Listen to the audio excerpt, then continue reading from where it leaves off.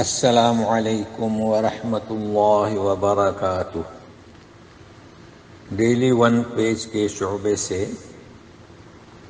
آج کا page number ہے 322، سورۃ الانبیاء، آیت نمبر 1 سے لے کر 10 تک آپ کے سامنے پیش کریں گے انشاءاللہ۔ اعوذ باللہ من الشیطان الرجیم، بسم اللہ الرحمن الرحیم۔ اقترب للناس حسابهم وهم في غفلة معرضون۔ لوگوں کو ان کے حساب کا وقت قریب ہو آ گیا۔ مراد کیا؟ قیامت قریب آئی اور ان کی حالت کیا ہے؟ اور وہ غفلت میں منہ موڑے ہوئے ہیں، منہ پھیرے ہوئے ہیں۔ تو قریب کہا گیا قیامت کو، اس کی وجہ آپ جانتے ہیں کہ آدم علیہ السلام سے لے کر جو سلسلہ چلا ہے، اب ہم آخری امت ہیں اور آخری نبی، تو ویسے بھی قیامت قریب ہے اور ہر گھڑی ہمیں قریب لے جا رہی ہے قیامت کی طرف، اور ہر انسان کی موت اس کے لیے قیامت ہے۔ لیکن لوگوں کی حالت یہ ہے کہ وہ بے رخی کیے ہوئے ہیں۔ کیا مطلب بے رخی؟ یعنی ایمان کے تقاضوں کو پورا نہ کرنا، یہ ہے بے رخی اور منہ موڑنا، اور جو بھی تقاضے ایمان کے آپ جانتے ہیں۔ ما یأتیہم من ذکر من ربہم محدث الا استمعوہ وہم یلعبون۔ جب بھی کوئی ذکر ان رب کے پاس، محدث نیا، مطلب کیا کہ نئی آیت، تو ان کی کیفیت کیا ہے؟ کیسے سنتے ہیں؟ کھیل کود میں سنتے ہیں وہم یلعبون، واو حالیہ۔ تو کھیل کود میں ہننے کا مطلب کیا؟ وہی ہے بھائی، آیت جب کوئی نئی اترتی ہے تو چاہے کہ اس پر غور و فکر کرے تو اس کا تقاضا پورا نہیں کرتے اور کھیل کود کی طرح اسے سنتے ہیں۔ محدث کے معنی نئی چیز، لیکن یہاں نئی آیت۔ اور بدعت جب کوئی انسان اختیار کرتا ہے شریعت میں کسی چیز کو تو اسے کہتے ہیں نئی ایجاد۔ تو ترجمے میں اس قدر فرق کیا کریں گے۔ تو یہاں پر ذکر ہے ان کے رب کی جانب سے، مزید یعنی صرف کھیل ہی نہیں بلکہ ان کے دل غفلت میں، لاہیۃ قلوبہم وَأَسَرُّوا النَّجْوَى الَّذِينَ ظَلَمُوا هَلْ هَذَا إِلَّا بَشَرٌ مِثْلُكُمْ أَفَتَأْتُونَ السِّحْرَ وَأَنْتُمْ تُبْصِرُونَ۔ یعنی ایک تو کھیل کود سمجھ کر وہ سنتے ہیں بغیر غور و فکر کیے، اور ان کے دل بھی غفلت میں، اور مزید سرگوشی کرتے ہیں یہ ظالم لوگ آپس میں کانا پھوسی، اور کیا کہتے ہیں؟ حل ھذا الا بشر مثلکم، یہ تو تمہاری طرح ایک بشر ہے۔ افتأتون السحر وانتم تبصرون، اللہ اللہ، وانتم تبصرون یعنی واو حالیہ، یعنی تم دیکھتے ہوئے جادو کی لپٹ میں آتے ہو، جادو کی چپٹ میں آتے ہو، جو بھی ترجمہ مناسب ہو کریں، یوں کہتے ہیں۔ تو جواب دیا جا رہا ہے، قال ربی یعلم القول فی السماء والارض وهو السمیع العلیم۔ یہ جواب کس کا ہے؟ سرگوشی کر رہے ہیں تو کہہ دو کہ میرا رب خوب اچھی طرح جانتا ہے ہر اس بات کو جو زمین و آسمان میں کی جاتی ہے، اور وہ خوب سننے والا اور خوب جاننے والا ہے۔ اب دیکھو بل آ رہے ہیں، یعنی بل جو ہے پہلی بات سے دوسری طرف متوجہ کرتا ہے، بلکہ سنیے اصل میں حقیقت کیا ہے۔ بل قالوا اضغاث احلام بل افتراہ بل هو شاعر فلیأتنا بآیۃ کما ارسل الاولون۔ تو ہم نے وقف کیا ہے تاکہ بل کو سمجھیں۔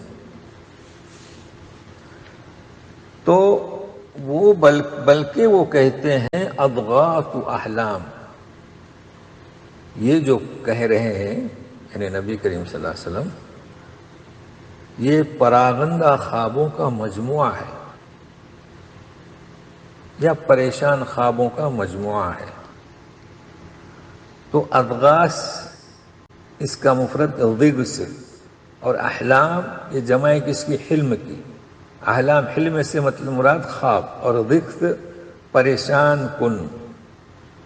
سورہ یوسف میں جائیں گے تو جب خواب کی تعبیر پوچھی گئی تھی اس دربار میں جو تھے تعبیر دینے والے، تو انہوں نے یہی کہا تھا کہ اضغاث و احلام۔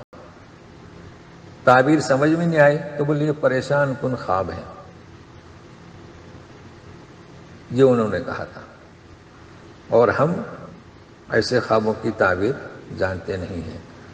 تو خواب جو ہے نا پریشان کن ہوتا ہے تو اس کی کیا تعبیر ہوگی؟ کچھ بھی تعبیر نہیں ہو سکتی، اس لیے کہ یہ خواب جو ہے شیطانی وسوسے کا ہوتا ہے۔ لیکن یہ تو وہ اسی طرح کہہ رہے ہیں کہ یہ پریشان خوابوں کا مجموعہ ہے، یعنی انہیں خواب گزرتا ہے۔ اللہ کیسی ہمت کر رہے ہیں۔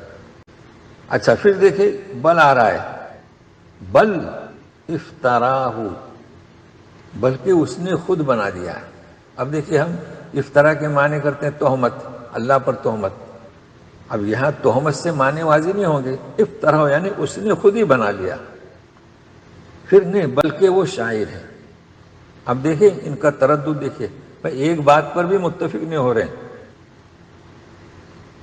کہہ رہے ہیں کہ جادو اوپر کہا کہ تم جادو کی لپٹ میں آتے ہو، بلکہ وہ کہہ رہے ہیں کہ پراگندہ خوابوں کا مجموعہ ہے، بلکہ کہتے ہیں کہ اسی نے خود بنا لیا ہے، بلکہ کہتے ہیں شاعر ہے۔ پھر کیا کہتے ہیں؟ ہمارے پاس کوئی نشانی لے کر آئے جیسے پہلے نشانی لے کر بھیجے گئے۔ اب اس کا جواب دیا جا رہا ہے، ما آمنت قبلهم من قرية أهلكناها افہم یؤمنون۔ اس کے پہلے جن بستیوں کو ہم نے نشانی لے کر نبیوں کو بھیجا تو ایمان نہیں لائے، ہم نے ہلاک کیا ان کو۔ تو قوم سمود کو ہلاک کیا، قوم لوط کو ہلاک کیا، جتنی بستیوں کو ہم نے ہلاک کیا ہے، کب؟ ہم نے بھیجی تھی نشانیاں، وہ ایمان نہیں لائے۔ تو ما آمنت قبلہم من قریۃ اہلکناھا، ہم نے جن بستیوں کو ہلاک کیا ہے ان کے پہلے وہ ایمان نہیں لائے، تو کیا یہ ایمان لائیں گے اگر نشانی بھیج دیں؟ تو یہ کہا جا رہا ہے وَمَا أَرْسَلْنَا قَبْلَكَ إِلَّا رِجَالًا نُوحِي إِلَيْهِمْ فَاسْأَلُوا أَهْلَ الذِّكْرِ إِن كُنتُمْ لَا تَعْلَمُونَ۔ ہم نے آپ سے پہلے جو نبیوں کو بھیجا ہے وہ مرد ہی تھے جن کے ہم نے ان کی طرف وحی کی۔ مرد اصل میں یہ کیا کہتے، انہوں نے کیا کہا کہ بشر، یہ تو بشر ہے تمہارے جیسے، مطلب وہ چاہتے تھے کہ ہمارے لیے نبی جو ہے کوئی اور آئے۔ تو کہا جا رہا ہے کہ ہم نے ہمیشہ بشر ہی بھیجا ہے۔ اور پھر رجالن، مطلب رجال کہنے سے اس بات کی نفی ہوئی کہ کوئی خاتون بھی نبیہ ہو کر آئی تھی، صدیقہ ہو کر آئے ہیں جیسے کہ مریم علیہ السلام، لیکن نبی کوئی خاتون بن کر نہیں آئی۔ البتہ صدیق میں مرد بھی شامل ہے اور عورتیں بھی، تو یہاں اس کی بات کی نفی کی جا رہی ہے۔ مگر یہاں اب آگے دیکھیں کیا کہا جا رہا ہے، فَاسْأَلُوا أَهْلَ الذِّكْرِ إِن كُنتُمْ لَا تَعْلَمُونَ۔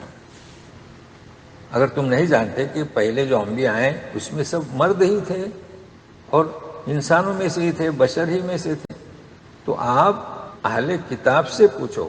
تو کیا مراد اہل ذکر، یہ سمجھنا ہے۔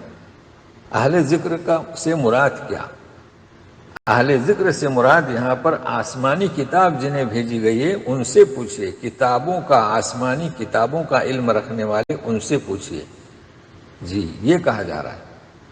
اب آپ بتائیے کہ آپ کسی سے پوچھیں گے، وہ جو آپ کو کہے گا آپ اس کی تقلید کریں گے، یہ نہیں کہا جا رہا ہے۔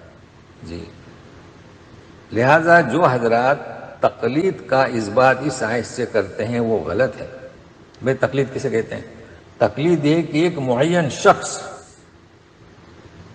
یا اس کی طرف کوئی معین قوانین کتابچہ منسوب ہو، اس کو مرجع بنایا جائے، اس پر عمل کیا جائے اور کسی دلیل کو نہ دیکھا جائے، کہتے ہیں نا سرے تسلیم خم کرنا، اسے تقلید کہتے ہیں۔ لیکن اہل ذکر سے مراد کیا؟ کوئی متعین شخص نہیں، بلکہ ہر وہ عالم جو تورات و انجیل کا علم رکھتا تھا، یہ ان سے کہا جا رہا ہے۔ تو آج بھی کیا مراد ہوگا؟ علماء سے پوچھو،